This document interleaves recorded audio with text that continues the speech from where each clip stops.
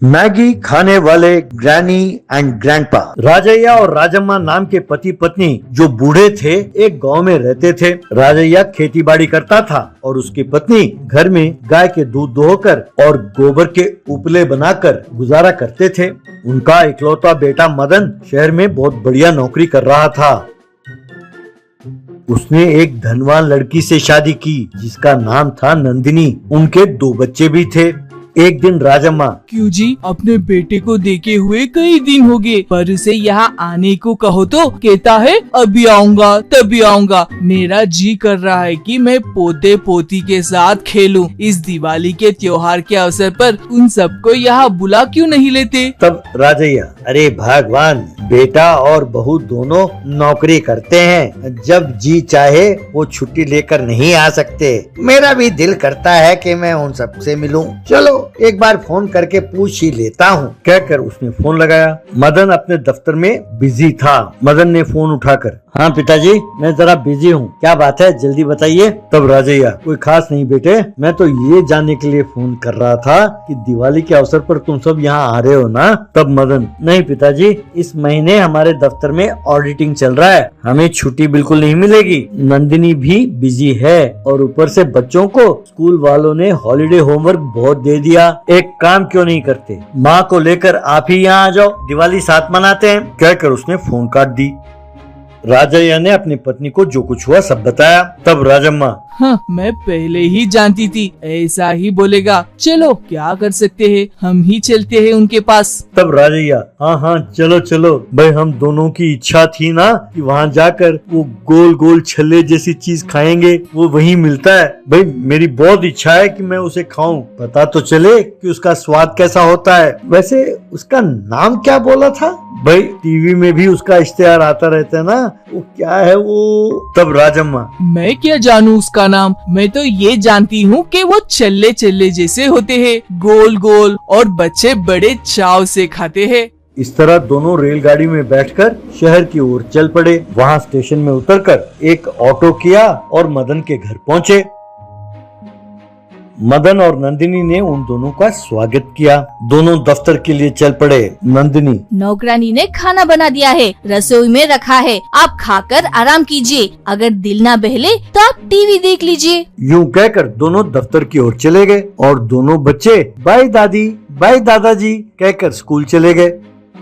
दोनों घर पर टीवी देखने लगे। तब टीवी पर मैगी का इश्तेहार आने लगा। राजैया, अरे भगवान, यही है ना जो हम खाना चाहते थे, ये कहाँ मिलेगा? तब राजम्मा, शायद किचन में हो, चलो देखते हैं।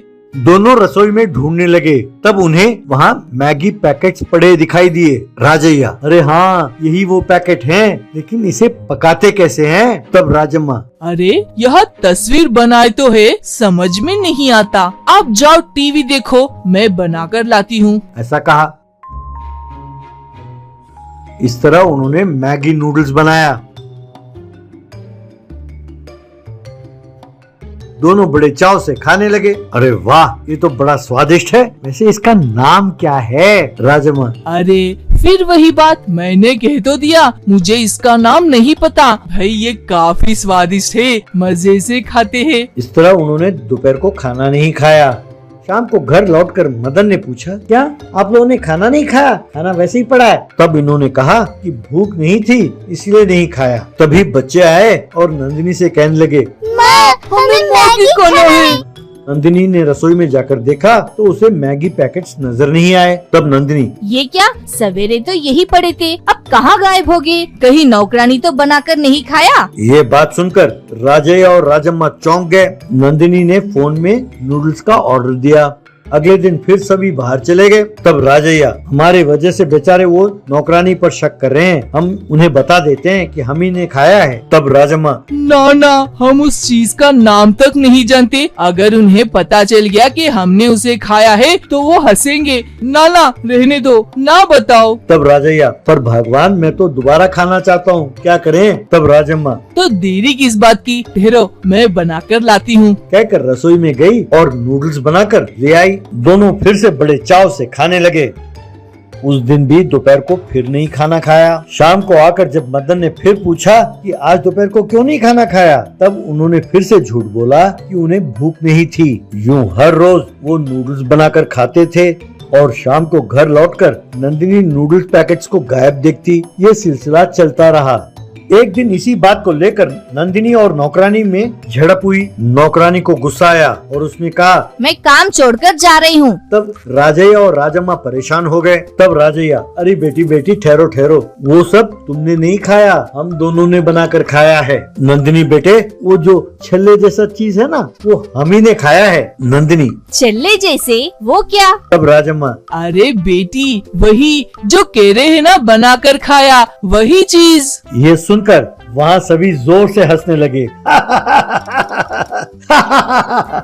ये देखकर राजैया और राजम्मा शर्मा गए। मदन, पिताजी उसे मैगी नूडल्स कहते हैं, पर पिताजी अगर आप कहते तो उसे बनाकर देने के लिए कह देते हम, आपको बनाकर खाने की क्या जरूरत थी। इस तरह वो दोनों कुछ दिन और वहाँ रुके और हर रोज मैगी नूडल्स खाकर उसका आनंद लेने लगे।